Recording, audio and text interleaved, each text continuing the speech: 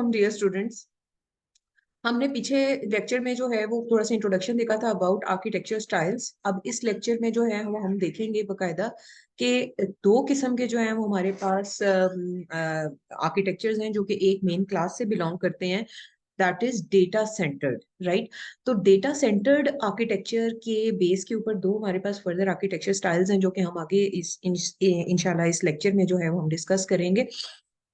और इसमें जो डेटा सेंटर्ड आर्किटेक्चर की बात की जाए तो वो जो है वो सेंट्रलाइज डेटा स्टोरेज के ऊपर जो है वो बेस करता है, जिसके अंदर जो डेटा स्टोरेज है वो हमारी मल्टीपल जो सॉफ्टवेयर कंपोनेंट्स हैं उसके साथ जो है वो एसोसिएटेड होता है, और वो जो डिफरेंट कंपोनेंट्स हैं, सॉफ्टवेयर कंपोनेंट्स हैं, वो उस डेटा शेयर डेटा को जो है वो यूज कर रहे होते हैं। जैसे मैंने आपको पहले बताया कि इसके अंदर further on the basis of flow control, right, जिस तरह से फ्लो होता है वहां पे कंट्रोलिंग उसकी होती है, उसके बेस पे दो इसकी टाइप्स हैं, दो तरह के आर्किटेक्चर्स हैं। One is repository and one is black board. तो इस वाले पार्ट में हम जो डिस्कस करेंगे that would be repository based systems, और in the coming lecture we would be discussing black board style, right. तो इन जो रेपोजिटरी आर्किटेक्चर है उसमें जैसे बात पहले की है कि डेटा स्टोरेज जो है वो हमारे पास सेंट्रल जो है वो एक हब होता है, और उसको बाकी जो software components they are sharing that data. इसमें जो रेपोजिटरी और जो ब्लैक बोर्ड है उसमें जो मेन फर्क है कि जो डेटा स्टोरेज है रिपोजिटरी में पैसिव होती है। पैसिव इन द सेंस कि चलिए खैर वो आगे डिस्कस करते हैं तो आपको बताऊंगी। और जो कि और रिपोजिटरी में अगर डेटा स्टोरेज पैसिव है तो जो इसके क्लाइंट्स होते हैं जो उस डेटा स्टोरेज को यूज करते हैं they would be active, right. और यही ऑपोजिट होता है हमारे ब्लैक उसमें जो हमारा ब्लैक बोर्ड आर्किटेक्चर स्टाइल है उसमें जो है वो हमारे पास जो डेटा स्टोरेज है वो हमारी एक्टिव होती है, जबकि जो उसके क्लाइंट्स हैं, जो उसके एसोसिएटेड नॉलेज सोर्सेज हैं, दे आर पैसिव, राइट। तो हम आगे जो है वो डिस्कशन शुरू करते हैं अपनी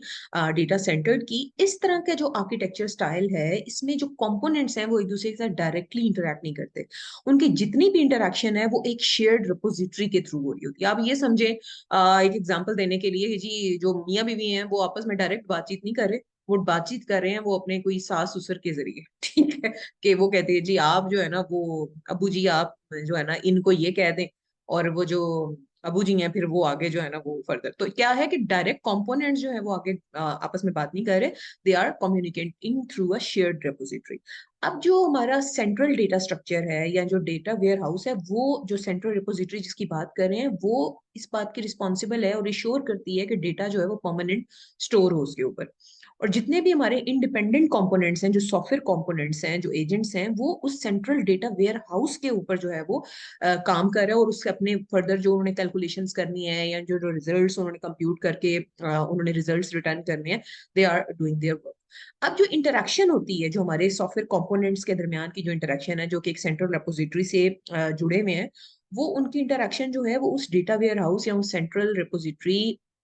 के जरिए ही हो रही होती है, और इसको हम एज अ कनेक्टर कंसीडर करते हैं। ठीक है, मतलब वही बात है कि जो भी कम्युनिकेशन है उन कस्टमर्स की या उन क्लाइंट्स की या उन एजेंट्स की, वो जितनी भी वो डेटा जो है वो उनके दरमियान जो कम्युनिकेशन का एक मीडियम है। इसकी सबसे जबरदस्त एग्जांपल हमारी कन्वेंशनल डेटाबेसेस है, राइट। उसके अंदर क्या है कि वेल नोन, अगर हम देखें एग्जांपल डेटा सेंटर्ड आर्किटेक्चर में, तो डेटा जो है वो डेटाबेस आर्किटेक्चर ही है, जिसमें क्या होता है कि कॉमन डेटाबेस स्कीमा होता है,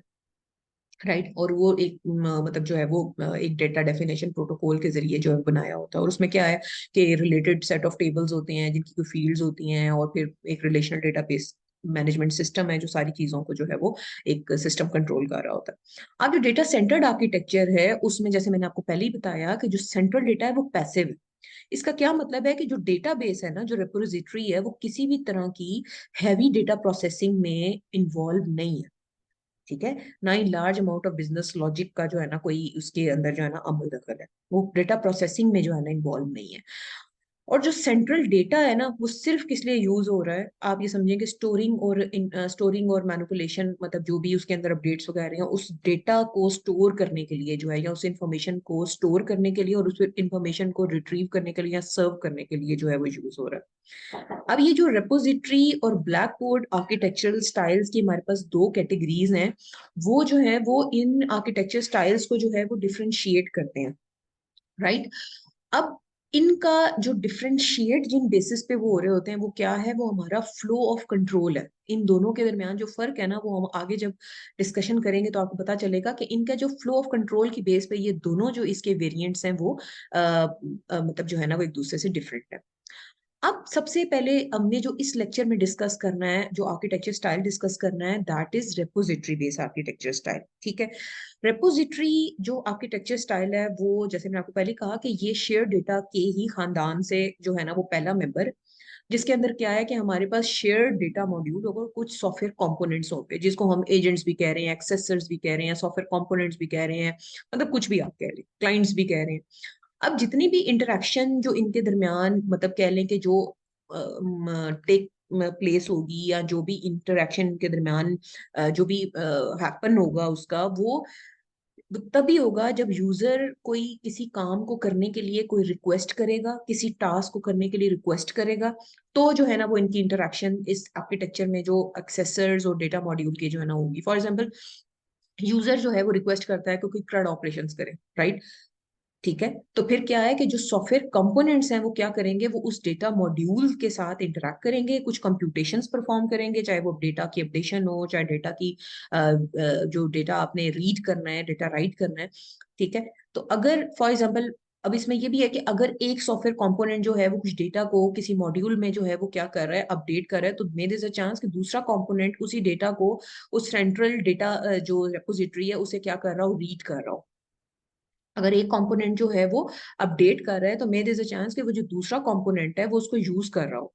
और अब ये क्या है कि ये उस सेंट्रल डेटा मॉड्यूल की बेस पे होगा, विदाउट ये कि एक जो पहला मॉड्यूल जो अपडेट कर रहा है और जो दूसरा मॉड्यूल उसको रीड कर रहा है या यूज कर रहा है, वो आपस में कम्युनिकेट करे नहीं करेंगे। तो फिर वो आपको पता है कि फिर वो डेटा मेस मैनेजमेंट सिस्टम की अपने कुछ मैकेनिज्म्स हैं कि फिर उसके दरमियान कोई जो है ना वो डेडलॉक ना हो, और वो फिर वो एक अलग जो है ना वो डिस्कशन है, वो एक अलग कोर्स की डिस्कशन है, वो हम यहाँ पे नहीं करेंगे। अब यहाँ पे एक एग्जांपल देख लेते हैं कि यहाँ पे आप देखें कि हमारे पास जो है वो एक सेंट्रल रिपोजिटरी है जिसमें पेशेंट का जो है वो हमारे पास डेटा मौजूद है, पेशेंट का डेटाबेस है। और इसके साथ जो चार, इस सेंट्रल रिपोजिटरी जिसका नाम है पेशेंट डेटाबेस, उसके साथ चार सॉफ्टवेयर कंपोनेंट्स जो हैं वो अटैच्ड हैं, एसोसिएटेड है। अब डेटाबेस में आप देखें हमारे पास पेशेंट की इंफॉर्मेशन है, जिसमें उसका नेम है, उसकी एज है, फॉर एग्जाम्पल जेंडर है, उसके कंसल्टेंट का नाम है, क्या प्रिस्क्रिप्शन उसको दी गई, क्या रिकमेंडेड लैब टेस्ट है, वो सारी इंफॉर्मेशन पेशेंट की इस सेंट्रल डेटाबेस के अंदर है। अब ये जो लैब टेस्टिंग वाला मॉड्यूल है, वो उस डेटाबेस को एक्सेस करेगा फॉर सम टेस्ट, और फिर उन टेस्ट को कंडक्ट करने के बाद वो जो रिकमेंडेड टेस्ट है वो क्या करेगा, उसी पेशेंट की डेटाबेस में उन रिजल्ट्स को अपडेट कर देगा। अब जैसे ही लैब टेस्ट जो है वो अपडेट कर देगा हमारा लैब टेस्टिंग का कंपोनेंट, तो जो हमारा फिजिशियन डायग्नोसिस का जो हमारे पास सॉफ्टवेयर कंपोनेंट है, वो क्या करेगा, उस पेशेंट की डिजीज को डायग्नोस करने करने का वाला उसका काम शुरू होगा। और फिर क्या करेगा, जो भी उसकी उस टेस्ट के बाद जो भी उसकी डिजीज डायग्नोस की गई है, उसकी बेस पे डेफिनेटली जो उसको ऑलरेडी प्रिस्क्राइब्ड मेडिसिन थी, they would get changed, right? अब जब प्रिस्क्रिप्शन जो है वो हो गई है, नोटिफाई हो गई है, तो फिर क्या है, अब वो जो नोटिफाइड प्रिस्क्रिप्शन, डेफिनेटली वो जो चेंज आया है या जो भी अपडेशन आई है उसकी प्रिस्क्रिप्शन में, वो हमारे फार्मेसी एंड ड्रग प्रोसेसिंग के सॉफ्टवेयर कंपोनेंट को जो है वो क्या होगा, नोटिफाई होगा। और फिर क्या होगा कि वो जो प्रिस्क्राइब्ड है, जो अपडेटेड मेडिसिन हैं, वो उस पर्टिकुलर पेशेंट को जो है वो क्या कर दी जाएंगी, प्रोवाइड कर दी जाएंगी। अब इस अपडेटेड इंफॉर्मेशन की बेस पे ये जो हमारा अकाउंट और एडमिनिस्ट्रेशन का जो सॉफ्टवेयर कंपोनेंट है वो कुछ फंक्शनैलिटी प्रोवाइड करेगा। फॉर एग्जांपल, अगर उसकी कोई डिजीज डायग्नोज नहीं हुई, तो फिर क्या होगा कि उस टेस्ट के बाद वो जो मॉड्यूल है वो क्या होगा कि मेरे सेंस उसको कोई डिजीज नहीं है, तो क्या होगा कि ये वाला जो अकाउंटिंग एडमिनिस्ट्रेटिव जो हमारा मॉड्यूल है वो उसको as a outpatient declare कर देगा। और अगर उसको कोई ऐसी अलार्म करे, कोई डिजीज डिक्लेयर हो गई है कि जी वो, जिसके बाद उसको डेफिनेटली सर्जरी की जरूरत है, तो वो फिर डेफिनेटली उसका जो स्टेटस है वो क्या हो जाएगा, इन पेशेंट होगा, फिर उसको फर्दर सर्जरी के जो प्रोसीजर्स हैं वो कर दिए जाएंगे। तो आप ये देख रहे हैं कि ये कोई भी लैब टेस्ट, फिजिशियन डायग्नोसिस और ये जो कंपोनेंट्स हैं, they are not talking to them, talking to each other directly, they are talking with the help of a central repository, that is patient database. I hope आप लोगों को ये जो example clear होगी, राइट। आगे चलते हैं। अब जैसे हमने पढ़ा था कंपोनेंट डायग्राम पढ़ी थी हमने, UML component diagram in our previous lectures. तो यहाँ पे उसकी जो हमारी रेपोजिटरी बेस्ड आर्किटेक्चर है उसकी एक कंपोनेंट डायग्राम बनाई गई है जिसमें मल्टीपल कंपोनेंट्स हैं, जैसे ये डेटा एक्सेसर है हमारे पास, इसको डेटा एक्सेसर भी कहते हैं, एजेंट्स भी कहते हैं, हमारे पास सॉफ्टवेयर कंपोनेंट्स भी कहते हैं। तो कौन कौन से सॉफ्टवेयर कंपोनेंट्स हमारे पास जी पे रोल है, अकाउंटिंग का है, ठीक है, टाइम शीट्स हैं, और वो जो है वो एसोसिएटेड है सेंट्रल रेपोजिटरी के साथ जिसका क्या नाम है, जो हमारा डेटा बेस है, सेंट्रल डेटा स्टोरेज है। और ये सारे कंपोनेंट्स एक दूसरे के साथ डायरेक्टली बातचीत नहीं कर रहे, they are talking on only with their interaction is taking place only with the help of their central repository, right.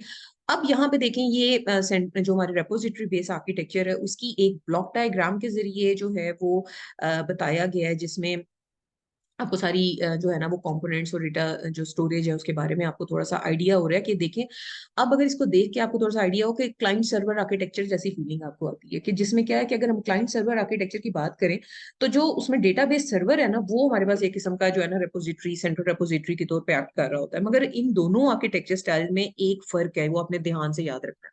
जो कन्वेंशनल हमारा होता है ना क्लाइंट सर्वर आर्किटेक्चर, जो उसमें जो है ना वो हम जो हमारा कन्वेंशनल की बात कर रही हूँ, हम उसमें सर्वर को जो है वो डिस्ट्रीब्यूट नहीं करते, ठीक है। मगर जो हमारा रिपोजिटरी बेस्ड आर्किटेक्चर है ना उसमें हम जो हमारा सेंट्रल रिपोजिटरी है ना that can be store on distributed places, right. But वहां पे फिर हमारे पास एक और स्टोरी शुरू हो जाती है कि फिर डेटा की रिडंडेंसी के इश्यूज, फिर उसके उस डेटा की इनकंसिस्टेंसीज के इशू आ जाते हैं कि जिसमें हमारे पास डुप्लीकेट रिकॉर्ड्स होते हैं ऑन डिस्ट्रीब्यूटेड रिपोजिटरीज, और फिर उसको सॉल्व करने के जो है वो मल्टीपल, तो हर चीज के आपको पता है हर आर्किटेक्चर स्टाइल के कुछ अप्स हैं, कुछ लिमिटेशंस हैं, कुछ डाउन्स हैं।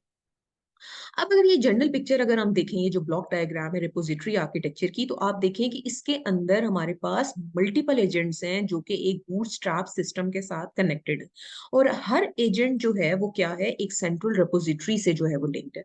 अब यहाँ पे देखें कुछ एरोज हैं, कुछ डैश हैं, कुछ सॉलिड्स हैं, कुछ तो ये जो डैश एरोज हैं ये आपको क्या शो कर रहे हैं कि ये जो क्लाइंट्स हैं या जो एक्सेसर्स हैं या जो एजेंट्स हैं या जो सॉफ्टवेयर कंपोनेंट्स हैं, इनका ये जो है इसका फुल कंट्रोल है ओवर द लॉजिक फ्लो या और ऑन द रेपोजिटरी। और क्लाइंट जो है वो डेटा को एक्सेस कर सकते हैं और उसको अपडेट करने के बाद उस डेटा को सेंट्रल रिपोजिटरी में राइट भी कर सकते हैं। तो जो सॉलिड लाइंस है वो जो है वो बाई डायरेक्शनल आपको कंट्रोल फ्लो शो कर रही है, या कंट्रोल ओवर द डेटा आपको जो है ना जो कि एजेंट्स के जो एसोसिएशन है उसको शो कर रही है। अब अगर देखें तो हर एजेंट या हर क्लाइंट या जो हर एक्सेसर है या जिसको मैं सॉफ्टवेयर कंपोनेंट कह रही हूँ, उसके जो हैं वो डिफरेंट इंटरफेसेस हो सकते हैं, उसके एक्सेस राइट्स डिफरेंट हो सकते हैं, एक्सेस प्रिविलेजेस डिफरेंट हो सकती हैं इनका क्लाइंट्स की, कि कोई प्रिविलेज कोई एक्सेस राइट किसी एक एजेंट के पास है, मे दिस चांस दूसरे के पास ना हो। फॉर एग्जाम्पल अगर हम बात करें सैप की, तो वहां पे एक स्टूडेंट भी एक एजेंट है, एक हमारा फैकल्टी मेंबर भी एक एजेंट है। तो अगर आप देखें कि सैप में जो स्टूडेंट है वो अटेंडेंस को अपडेट नहीं कर सकता, मगर क्या है टीचर कर सकता है। मगर कुछ टाइम बाद वो टीचर भी उसको अपडेट नहीं कर सकता। अब उसको अपडेट कराने के लिए जो हमारे कोऑर्डिनेटर्स हैं, कोऑर्डिनेशन ऑफिस, उसको रिक्वेस्ट करनी पड़ती है। सैप के एडमिनिस्ट्रेटर्स जो है वो उसको सिर्फ क्या कर सकते हैं कि उसको चेंज कर सकते हैं, राइट। तो इसी तरह से अगर हम बात करें कि जो सैप के एडमिन्स जो हैं, फॉर एग्जांपल अगर कोऑर्डिनेटर से भी ऊपर के जो राइट्स हैं वो एडमिन्स के पास हैं, कि आपको पता है कि जब रिजल्ट्स वगैरह जब कंपाइल होते हैं तो फिर उसके बाद वो जो हमारे कोऑर्डिनेटर्स हैं उनके पास भी इतनी राइट नहीं है कि उस रिजल्ट को अनलॉक करें, तो फिर वो एक नेक्स्ट प्रोसीजर प्रॉपर हमें जो है वो फॉलो करना होता है। अब अगर हम देखें तो हमारे पास जो रेपोजिटरी बेस्ड आर्किटेक्चर है उसकी मल्टीपल एप्लीकेशन एरियाज हैं, ठीक है। कौन कौन से हमारे पास उसमें हम जो है वो डेटाबेस मैनेजमेंट सिस्टम्स, जैसे मैंने आपको बताया कि कन्वेंशनल डेटाबेस मैनेजमेंट सिस्टम्स जो है वो हमारे इसके ऊपर जो है वो काम करें। फिर उसके बाद ये देखें आप, जैसे फॉर एग्जांपल कोरबा की जो इंटरफेस रेपोजिटरी है, इसके अलावा हमारे पास जो यूडीडीआई रजिस्ट्रीज हैं, कंपाइलर्स हैं, तो ये जो आईडीज हमारे मल्टीपल आईडीज हैं वो एप्लीकेशन एरियाज। अब आईडी की बात हो रही है तो यहाँ पे जो है वो एक आईडी, यानी कि आपको पता है ID stand for integrated development environment, ठीक है। और जितने भी सॉफ्टवेयर डेवलपमेंट या इसके अलावा जितने भी सॉफ्टवेयर डेवलपमेंट किट्स हैं वो सारी इस रिपोजिटरी बेस आर्किटेक्चर की जो है वो एग्जांपल्स हैं, ठीक है। अब अगर हम देखें कि जो भी हमारा आईडीई है वो अगर रिपोजिटरी आर्किटेक्चर स्टाइल में बना हुआ है, तो फिर क्या है कि हम उसके ऊपर कोड जो है वो हम क्या कर सकते हैं, उस आईडी के ऊपर सेव कर सकते हैं। फॉर एग्जांपल अगर हमने जावा के अंदर कोड लिखा है, उसके एडिटर पे कोड लिखा है, तो हम क्या कर सकते हैं, उसको सेव कर सकते हैं, उस कोड को, उसको अपडेट कर सकते हैं। प्लस अगर उस आईडी का जो यूएमएल एडिटर है, ये आप देख रहे हैं, ये एक